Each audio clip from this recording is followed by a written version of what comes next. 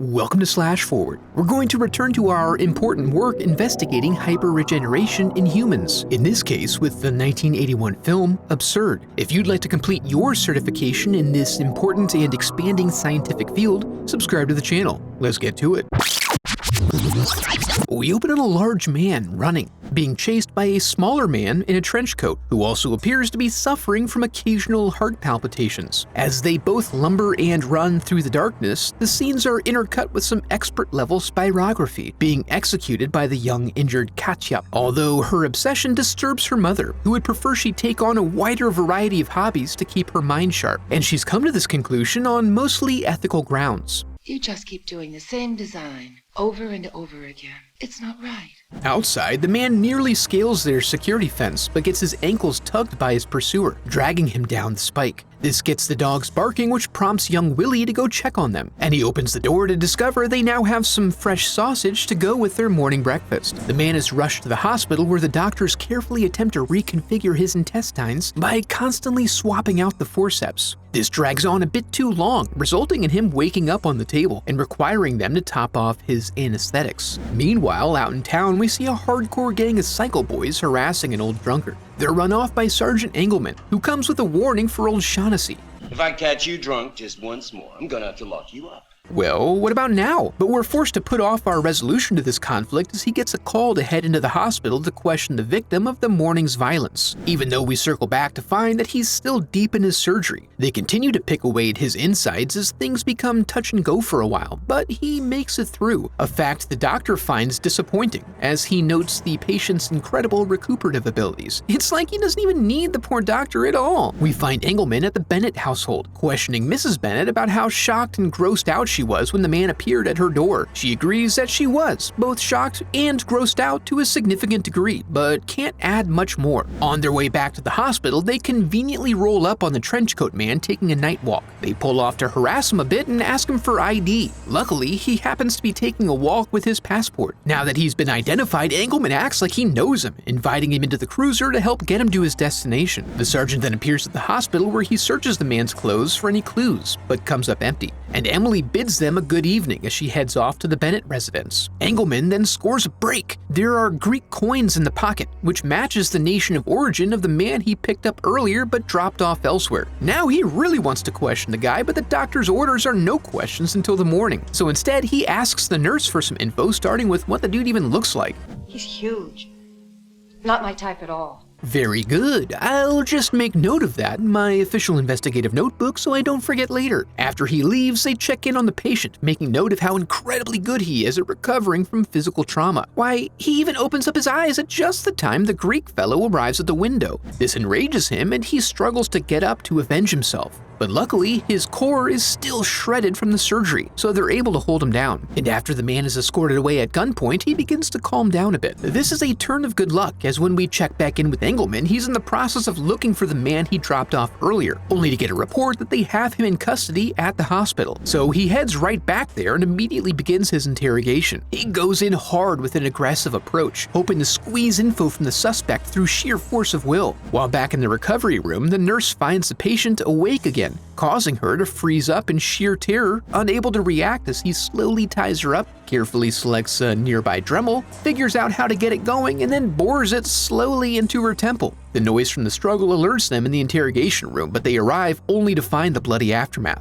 Their new suspect is now lurking around town, keeping to the shadows to evade police, since they now have a more pressing suspect to investigate, and the original suspect's only crime was injuring this other guy who committed an even worse crime. They realign their focus. Cooperative, now that the heat's off him, Trenchcoat shares that the man they're pursuing is named Mikos, and that there's an unseen layer of reality at play here, but only Dr. Kramer can truly convince them. They all take a field trip to check in with the doctor, who's reviewing the tests he ran on the patient earlier. He reveals to them fantastic evidence that is scientifically inexplicable. Mikos is immortal, capable of regenerating dead cells, which makes him immune to physical injury. Engelman gets a call that provides more key information that we never hear, and it's then revealed that the man is actually the father. Shocking and important information, somehow. Now fully apprised of the what, Engelman insists on finding out the why, so they can try to get ahead of the situation. And that's simple. Mikos is a master of regeneration, but still imperfect in that he is insane, and he kills to fulfill the lust of his insanity. The father then reveals that the one type of cell Mikos can't regenerate is cerebral tissue, so if they take out his brain, he gon' die.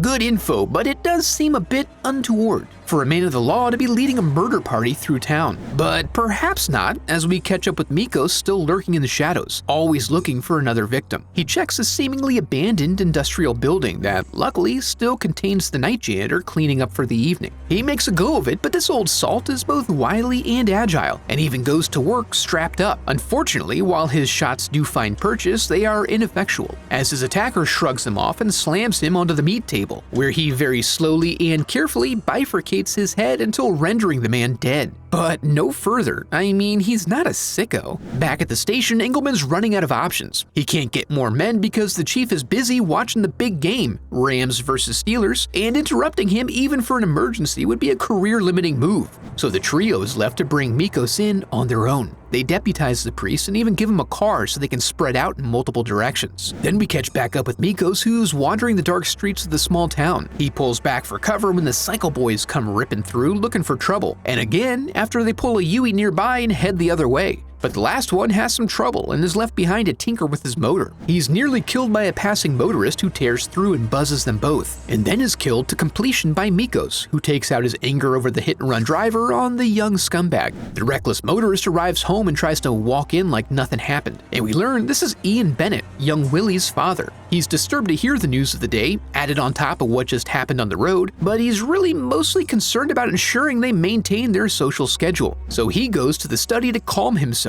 and engage in a little pre-gaming before they head to the Fosters to check out their football game. Carol, unsettled about how the day is unfolded, tries to convince him they could just watch at home. However, Ian points out the Fosters just got a 19-inch rotodial Mitsubishi, and there's no way he's gonna watch his Rams on their crappy old Zenith. Meanwhile, we see the men are out, searching the area, listening to some slow jazz.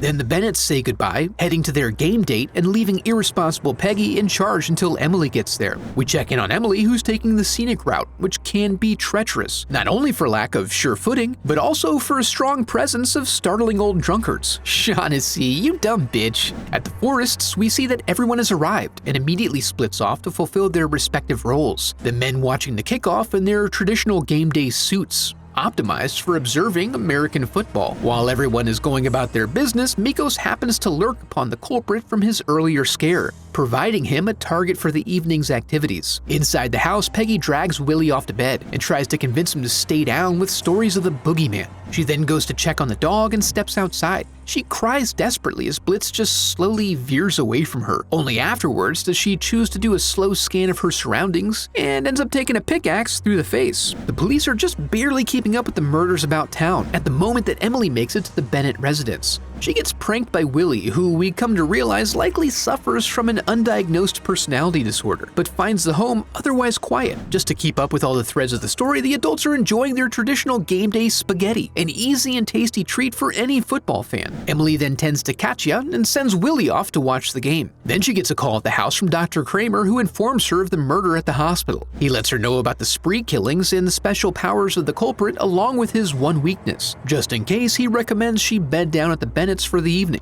Meanwhile, Willie is drawn away from the TV by a banging noise. He assumes it to be the dog and calls out before, much like his sister Peggy, he also decides to do a quick check of his surroundings. He manages to get away somehow, but thanks to Peggy's immature prior attempts to control his body via fairy tale, he bursts in shouting about the boogeyman, preventing anyone from taking him seriously. Despite the fact that he should clearly recognize this as the man from this morning, he allows Emily to go out and check on her own. She doesn't find anything, but as she reports this back to Willie, the lights go out. Seeing that the kids are likely going to bed now, Mrs. Bennett can finally relax, giving her the wherewithal to check in with Mr. Bennett on what's been eating at him all evening. Nothing, other than running over a man today and not stopping to help him. Good lord! Back at the house, Emily goes to check on the breakers and finds Peggy was already taking care of it. She immediately attempts to call the police, but the phone's broken. Failing that, she instructs Willie to go outside and run, but he doesn't want to go, it's spooky. So he meets her halfway by going outside and then walking off slowly when he's ready, not because she told him. Emily makes her way back to Katya's room and does her best to convince her to sit tight and not be frightened. But soon, there's a large man at the door who wants to murder them both. As they work to hold him off, Willie makes his way around the house and comes in through the back window. When he starts calling out for them, it draws Mikos away from the door. Quickly converting from turtle to panther, Emily grabs some scissors and ventures out to save him. But Willie basically uses her as bait, so he can circle back to Katya, who he asks to let him in the room, despite knowing that she's strapped down to a traction machine. Mikos spends some time trying to get Emily into the oven as Katya works to disconnect herself from the machine. It takes a good amount of time as there are many leather straps, and Willie yells and pounds on the door all the while. Emily blisters and slowly succumbs to the roasting, which is exactly what I'd envisioned burning alive to be like. After banging her head around a few final times, it ends for her. Willie witnesses this and decides to dip out the same way he came in, and then he's saved when Emily gets her second wind. She misses the brain, however, and so her scissors are returned to her via the jugular. Meanwhile, the Bennetts are busy discussing Ian's hit and run when they see the lights are back on at the house, and they suspect that something is up. Katya finally frees herself from her bonds and is now able to go anywhere they have suspended rings for her to grab onto. Unfortunately, the noise from her contraption falling attracts the monster's attention, so when she goes to leave, he comes for her. Luckily, her spirography was handy in that she uses the compass to create some distance before giving him a Three Stooges special, which he fails to block. Since he now has to regenerate 2 entire eyeballs, he has no choice but to feel around in the dark for a while. So Katya cranks up the high fidelity and slips out under cover of noise. She stays just ahead of him, eventually trapping herself in a dead end, and it's only his tremendous height that saves her from being found. After he lumbers off, it is she who is chasing him. Elsewhere in town, the father comes upon young Willie in a car, and Willie leads him back to the house right as Mikos gets his hands on Katya, who for some reason attempted to escape by creeping as close to him as possible. He uses her as a weapon, and then the two men struggle to their knees, putting Mikos at a very convenient height. And with the decorative axe lying around, Katya's mission is clear, and she whacks away at the big man's neck repeatedly in an attempt to free it from his shoulders. Right then, everyone else also arrives at the house and wonders the best way to proceed safely. Luckily, the decision is made for them when Katya emerges, triumphantly covered in the blood of her enemies. See? I have a website set up where you can support the channel through donations or merch. I'd like to take a moment to give a huge thanks to my donors memorialized in the Hall of Headshots.